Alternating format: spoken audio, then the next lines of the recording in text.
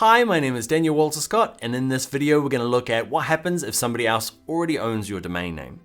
Now, there are three things you can do. The first is to go through and pick another domain name. Use suggestion tools and find something else that represents your business.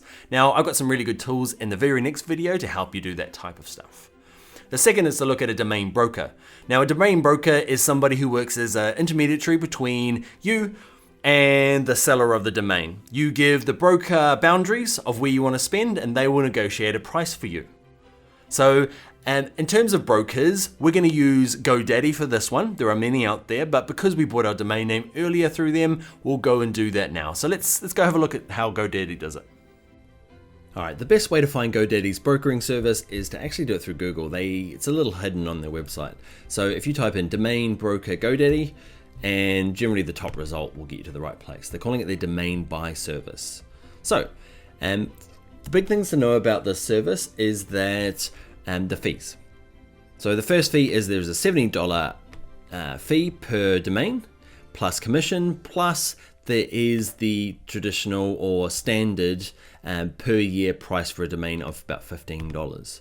So the big one is this commission. Okay, so to find out what these two little stars mean is you're gonna have to go for a little bit of a hunt. I hate it when people hide quite useful, relevant information. So I'm gonna go into here. Okay, it says click here for product disclaimers. Now it's 20% of the final fee.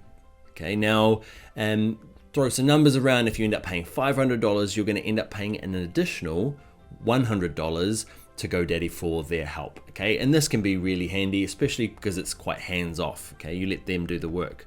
If you start getting up a lot higher, so you're paying $10,000 for a domain name, their fee is going to be $2,000. So if you take, say, our $500 plus the $100, so $500 is what you're going to pay for the domain name that's negotiated through the for the buyer, plus $100 is their fee, plus the $70 for GoDaddy's sign-up fee. So there's quite a few little fees that go along with this, but the nice thing about domain brokers is that you kind of set and forget. And I've used the service before. I haven't actually bought a domain name through it. I've tried, but it hasn't worked out. But the process is actually quite nice, and I've done it with GoDaddy, and it's quite good. All right, one other style of domain brokering, and kind of similar to the last one we did, is let's look for a domain. I got a domain here, thegreengardener.com. I'm going to do a search, and GoDaddy reports back that it's available, and it looks like it's available, but sneaky, it says can be purchased directly from the owner. Okay, what this means is that you can kind of enter into this negotiation with the owner. Okay, so it's available as in the owner is prepared to sell it. Okay, so but you're kind of back to having to negotiate a price and fees involved with that. But that's how a lot of domain names, especially .coms, are sold as well. My favorite is option number 3. This is where you go off and find out who owns a domain name and contact them directly. Now, I've had a lot of success with this in the past, so let's go and see some tools that we can use to figure out who owns a domain and how you can get in contact with them.